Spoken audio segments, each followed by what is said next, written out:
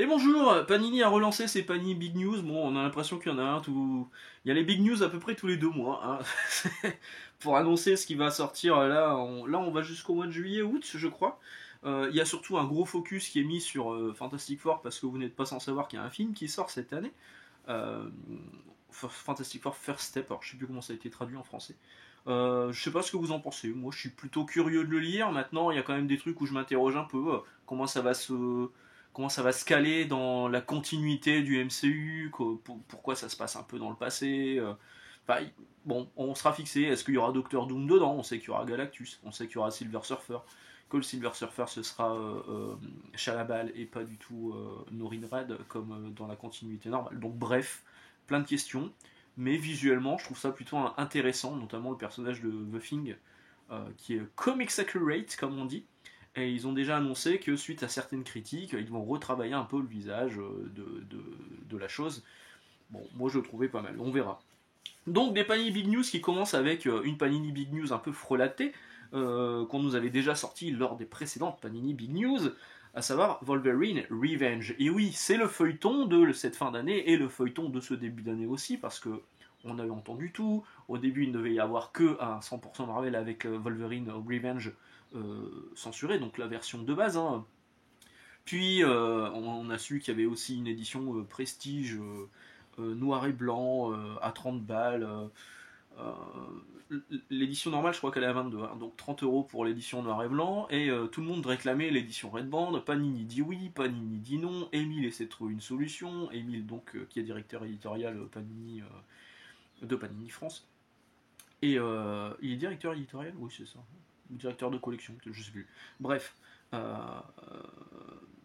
on nous apprend qu'il a trouvé une solution. Finalement, la solution, c'est de proposer tous les Red Bands en format fascicule, donc à l'équivalent des floppies américains, qui seront réunis dans un seul coffret, un peu comme fait actuellement Urban avec One Hand and Six Fingers, où vous avez tous les numéros et vous avez un coffret pour tout ranger à l'intérieur si vous le souhaitez, comme va faire Urban également sur Hush 2. Bref, c'est une jolie formule, sauf que là, ils vont tout sortir d'un coup, en fait, hein. Tout sera disponible directement dans un coffret. Ils auraient pu sortir la fascicule un par mois, là.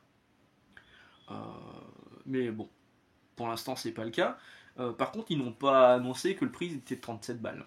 Alors qu'il est à 36,95 € annoncé partout. Alors, à la base, il était annoncé à 30 € hein, sur les premières précos.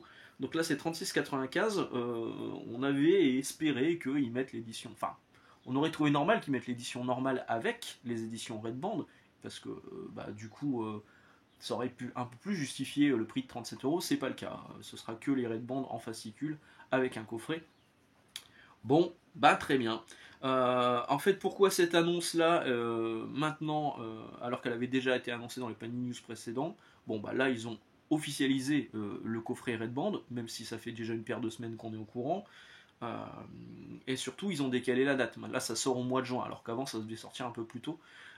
Mais il faut dire qu'aux États-Unis, bah, le dernier numéro n'est pas encore sorti, donc c'est normal en fait que tout soit décalé au fur et à mesure. Donc Wolverine Revenge, ça sortira au mois de juin dans ces 3 éditions. Pour le coup, quand vous achetez l'AVO, donc c'est 5 fois 6 $, je crois que c'est ça, ça vous revient moins cher que l'édition française. Mais il y a un coffret. Super.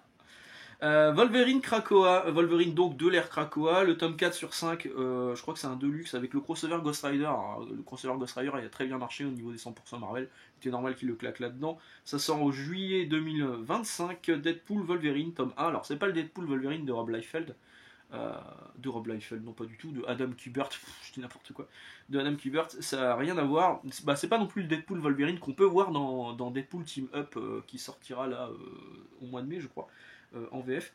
Non, non, c'est la nouvelle série de Benjamin Percy et Joshua Cassar qui vient d'être annoncée aux États-Unis. Bon, là, on sait déjà que le premier tome en 100% Marvel sortira au mois d'août.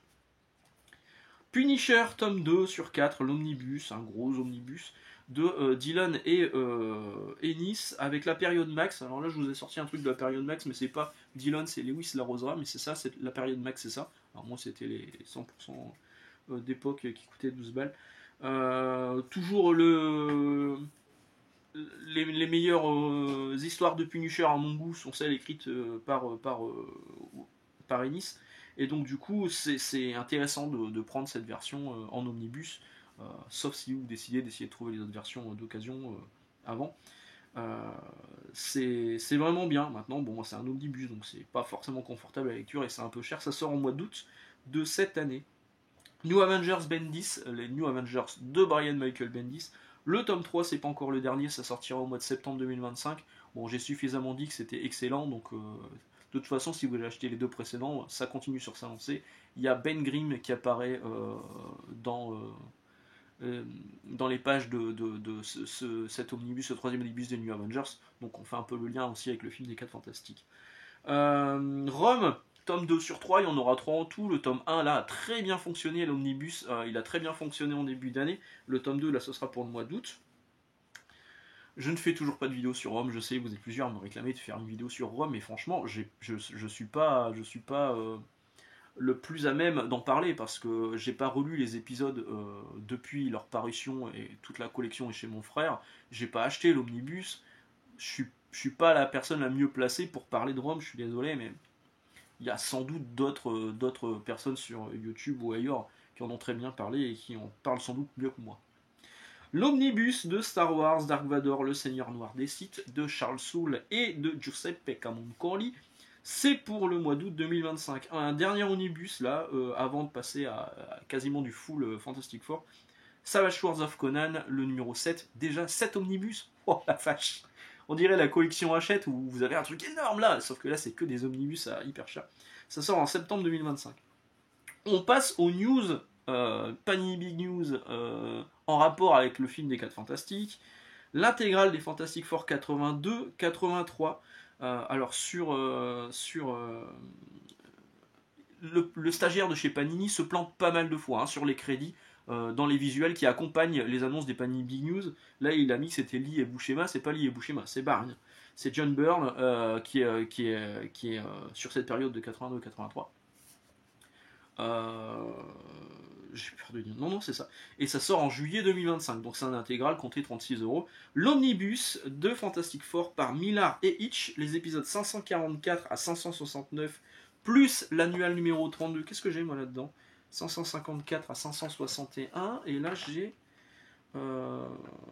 562 à 569. Donc moi j'ai pas l'annual en plus, hein, et j'ai pas la mini-série Fantastic Four 1 à 4. Donc moi j'ai ça. C'est excellent, c'est hyper bien. Les Fantastic Four de Millar et Hitch, vraiment je vous les recommande. Le Docteur Doom prend une autre dimension là-dedans. J'en ai déjà parlé, j'ai fait une vidéo il n'y a pas longtemps, commencer les 4 Fantastiques. Et ben c'est dans ma sélection parce que c'est vraiment très très bien. Et Panini doit m'écouter. Non, à mon avis c'est prévu depuis un moment. Mais voilà, l'omnibus sortira donc au mois de juillet. Donc avec les épisodes 544 à 569, l'intégralité du run de Mark Millar, l'annual numéro 32 et Fantastic Force numéro 1 à 4 qui sont des épisodes inédits, mais qui ne sont pas scénarisés par Mark Millar et qui ne sont pas dessinés par Brian Hitch. C'est juste une mini-série en 4 épisodes qui se passait à la même période, qui est clairement pas indispensable. Mais bon, voilà, ça sort au mois de juillet. Vous pouvez y aller. Alors jusque-là, c'était sorti en Marvel Icons, mais vous allez voir que c'est pas le seul Icons qui va revenir en version omnibus. Ouais, bref. Donc c'est vraiment bien, je vous le recommande fortement. Fantastic Four de North, là vous avez lu le premier Deluxe en début d'année, ça a bien fonctionné, hein, c'était en rupture tout de suite. Faut dire que les tirages en Panini, on voit que ça a été réduit, hein, on l'a su et on le constate. Parce que dès le jour même, ou voire ou pire le lendemain, c'est en rupture, et pour en avoir, il faut attendre une réimpression chez Panini, et parfois ça tarde à arriver. Donc là, les Fantastic Four de Nerf, le premier Deluxe il a cartonné, le second il sortira au mois de juillet 2025, 11 numéros. J'aime bien, c'est le community manager qui dit une série immanquable. Immanquable qu'on a donc manqué pendant une paire d'années avant qu'enfin il se décide par opportunisme, vu qu'il y a le film qui sort, de nous proposer la dernière série Fantastic Four en Deluxe. Ah, bon, c'est immanquable. Je suis Galactus, voilà, une anthologie avec plusieurs épisodes dedans, il y a un peu de tout et n'importe quoi. Vraiment, c'est pas des récits que moi je conseille, les Je suis. Alors, vous voulez découvrir les trucs, demandez plutôt conseil à vos amis déjà lecteurs ou à votre libraire. Il sera sans doute mieux vous renseigner plutôt que prendre un gros volume où vous avez un épisode par-ci par-là et qui c'est pas vraiment pertinent. Pour moi, c'est pas intéressant. Je suis Galactus. Bon, juillet 2025. Omnibus, 1400 pages, un gros omnibus, 1400 pages. 1400 pages d'omnibus, et c'est le plus gros omnibus que Panini a proposé. Déjà, le Spider-Man 2099, il était énorme. Bon, là, évidemment, je parle de Fantastic Four et Doom 2099. Fantastic Four, il n'y a que 10 épisodes, mais Doom 2099, il doit en avoir une quarantaine. Ça sort au mois d'août 2025, donc le truc, il va être énorme. Ça va être du 100 euros, 110 euros. Mais c'est huge, quoi. Je veux dire, vous allez porter l'omnibus, vous allez vouloir le lire. Merci Panini. Là, tu mets un Fantastic Four 2099, Doom 2099 Omnibus d'un côté, tu mets le Spider-Man 2099, et grâce à 2099, tu peux avoir les plus beaux biceps de ta région. Et ça c'est beau, merci Panini. Donc ça sera sans doute très cher, c'est John Francis Moore au scénario avec du Warren Ellis également, Matt Ryan et Pat Broderick au dessin. C'est une des séries qui ressortait le plus dans l'univers 2099. Doom 2099, le postulat de base, c'est qu'il y a un mec qui débarque, donc c'est le Dr Fatalis, dans l'univers 2099. Est-ce que c'est vraiment lui? Est-ce que c'est pas un clone? Est-ce que c'est pas un Doombot? Bon, vous le verrez en lisant les épisodes de Doom 2099. Fantastic Four 2099, c'était pas super intéressant, mais Doom c'est pas mal. Maintenant, un omnibus de 1400 pages, moi franchement, j'y vais pas. C'est beaucoup trop lourd. En plus, vous voyez l'état de mes étagères. Je vais poser ça là-dessus, ça va s'effondrer, donc c'est non. Un prestige de Silver Surfer Black, et là je me dis pourquoi. Silver Surfer Black, c'est ça. C'est sorti pour une vingtaine de balles dans la collection 100% Marvel. C'est du Donny Cates, c'est du Tradmoor, très bien. Ils se sont dit qu'est-ce qu'on peut faire pour essayer de surfer encore un petit peu sur le film. Oh, on va proposer le dernier titre, Silver Surfer, qui était plutôt sympa, le Silver Surfer Black, qui peut se lire en tant que tel, hein. Ça fait partie du Donny Cates Marvel Universe, mais vous pouvez le lire tout seul, il n'y a aucun problème. Et puis Tradmoor, au niveau du trait, c'est un peu la folie, machin, c'est dans l'espace, donc en plus il peut se permettre des trucs. Il se lâche complètement, hein. Je peux essayer de vous montrer quelques pages intérieures. Mais bon, ce récit, il est encore disponible, hein. Vous pouvez encore il me semble qu'il est encore commandable, hein. Ça sera vérifié, mais bon, là, avec l'arrivée du format Prestige, je pense que l'édition 100% Marvel, on pourra plus l'avoir. Mais donc, le Prestige sera à 30 balles, du coup, hein, c'est beaucoup plus cher. Et là, on constate un truc, en fait. Enfin, je me suis fait une réflexion. Chez Urban, ils sortent la collection Paperback pour rééditer des anciens titres qui ne sont plus disponibles à moins cher. Chez Panini, on réédite des trucs qui sont plus ou moins pas disponibles, mais à plus cher. Pourquoi pas? Silver Surfer, l'intégrale 89-90, avec des épisodes dessinés par Ron Lim, scénarisés par Stephen Goldhart, c'est les épisodes 24 à 33. Il y a aussi un one-shot qui s'appelle The Enslavers, mon accent anglais est incroyable, de Stan Lee et Keith Pollard. Je sais pas ce que ça donne. Bon, si vous suivez les intégrales de Silver Surfer, bon, ce sera 36 balles. Et ça sortira au mois de septembre 2025, 360 pages. Panini avait l'air plutôt fier de la pagination, bon, on verra. La grosse annonce que tout le monde attendait. Et oui, où est-ce que je l'ai mis? On est Dieu. La grosse annonce que tout le monde attendait, tout le monde réclamait depuis des mois, depuis qu'on a vu que c'était sorti dans la collection Hachette. Les Ultimate Fantastic Four arrivent dans un énorme omnibus de 32 numéros à l'intérieur, c'est un tome 1, parce qu'il y a beaucoup plus de numéros que ça pour la série. Il y aura le premier annual et les 32 premiers numéros, ça sortira au mois de juillet 2025. Je suis en train de tout relire mes fascicules kiosques qui étaient sortis il y a combien de temps ça? 2004, il y a plus de 20 ans. Je suis en train de tout relire en ce moment. Pour vous préparer une petite vidéo sur les Ultimate Fantastic Four, vous verrez que tout n'est pas bon dans Ultimate Fantastic Four, mais qu'il y a quand même des bons arcs, il y a des trucs qui sont plutôt sympas, notamment ceux avec Mark Millar, même si Mark Millar, Namor c'était pas fou, mais alors les Marvel Zombies c'était vraiment bien, Thor Président c'était cool, enfin voilà, on en reparlera hein, quand je ferai cette vidéo. Mais il y a un truc que j'ai constaté direct, et du coup j'ai posé la question à plusieurs personnes sur Instagram. Je me demande si c'est pas Sedomori qui m'a répondu. Bref, je lisais le truc, et ça c'est pas Suzanne Storm, c'est Jane, donc l'ancien nom. Et ça c'est pas Reed Richards, c'est Red Richards. Donc l'ancien nom, c'est les anciens noms qui sont utilisés dans Ultimate Fantastic Four. Du coup j'ai posé la question, est-ce que dans la traduction Hachette ça a été revu? Oui, ça a été revu dans la traduction Hachette, c'est Suzanne et c'est Reed.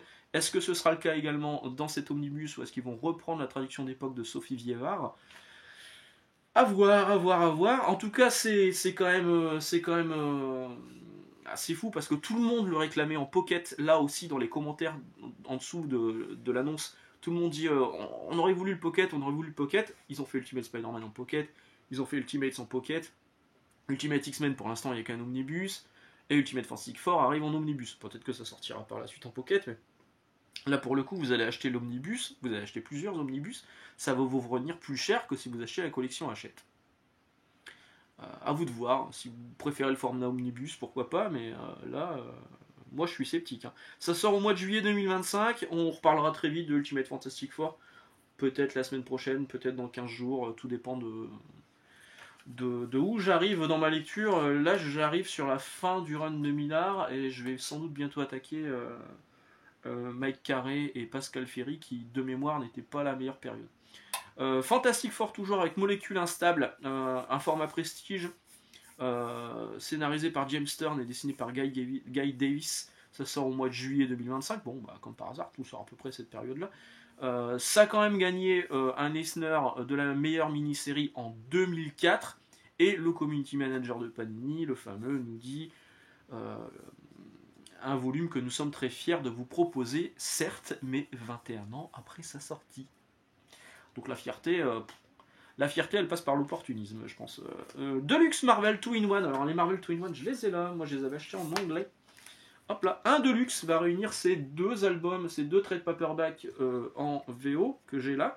Chip Zdarsky et Jim Chung sur le premier tome.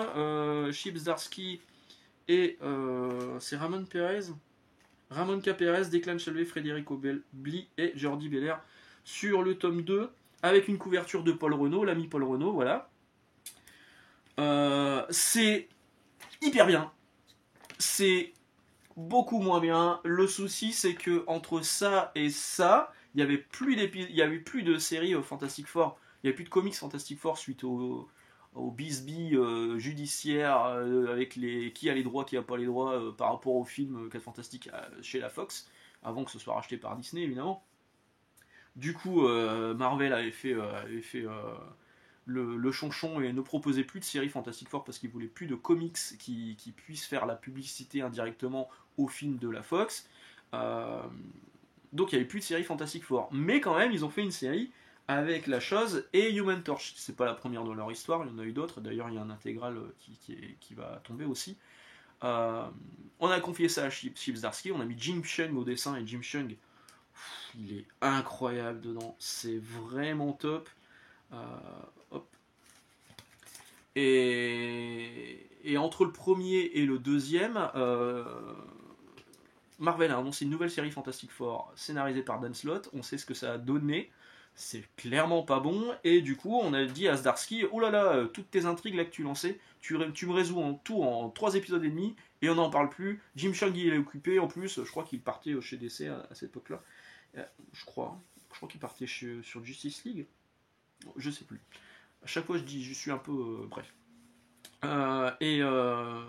Et du coup, le deuxième tome, il est extrêmement décevant. Et c'est triste. Hein. Donc là, vous allez avoir un Deluxe qui va être intéressant sur sa première moitié et qui va vous décevoir sur sa fin. C'est un peu con. Ça sortira au mois de juillet. L'intégrale de Human Torch, justement, je vous disais, c'est pas la première fois qu'il y a une série Human Torch et Fantastic Four. Donc l'intégrale de Human Torch de 62 à 64, tome 1, à mon avis, il y aura 2 tomes. Parce qu'en fait, ça reprend les épisodes Strange Tales 101 à 117, donc où Human Torch est le personnage principal, mais où la chose apparaît quand même régulièrement.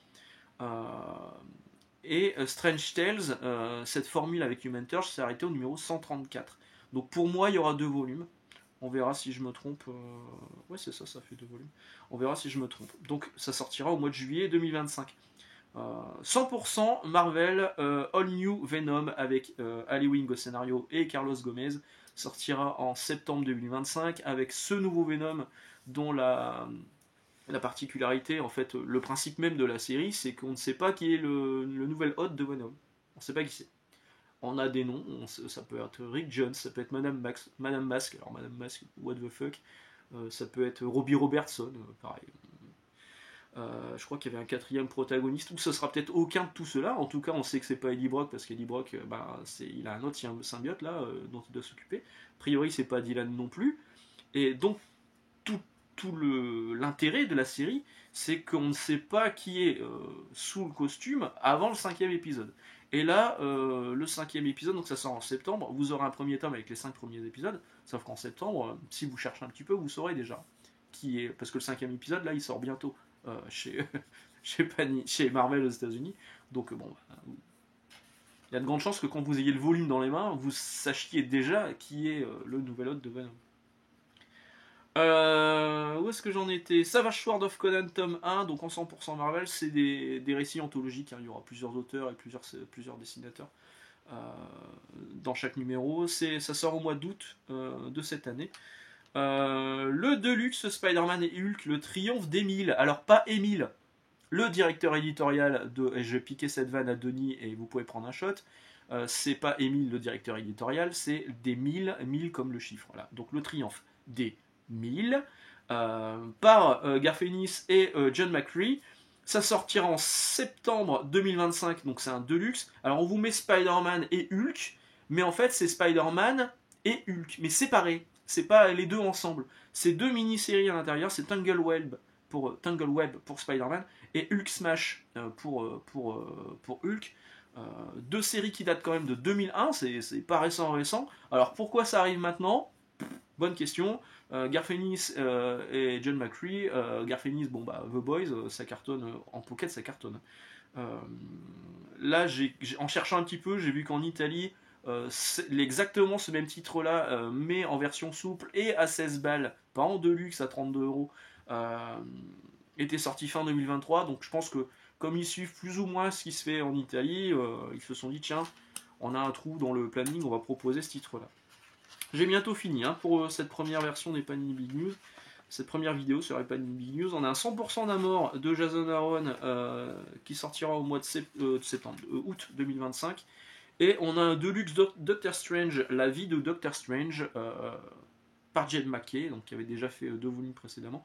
Et Pasquale Ferry qui, moi, m'inquiète un peu sur Ultimate Fantastic Four, que j'ai pas tellement envie de voir là-dessus, d'autant que Jed MacKay, pour moi, c'est pas un bon scénariste. On a aussi Juan Gedeon, et tout ça, ça sort au mois de septembre 2025. Je m'arrête là aujourd'hui parce que je suis à jour sur les Panini Big News. Pour l'instant, ils n'ont pas annoncé d'autre chose au moment où j'enregistre cette vidéo, donc bon, il y aura une autre vidéo la semaine prochaine, et oui, parce que là, jeudi, on va parler d'autre chose, on va parler des prochaines sorties Marvel aux États-Unis, comme j'avais fait la semaine dernière avec DC Connect, où j'avais parlé un petit peu des titres qui pourraient arriver d'ici l'année prochaine en VF. On va faire pareil, avec non pas un Marvel Previews, mais avec 2 Marvel Previews. Allez, très bien, on se retrouve jeudi. Excellente journée, excellente lecture. Dites-moi ce que vous avez préféré dans ces Panini Big News.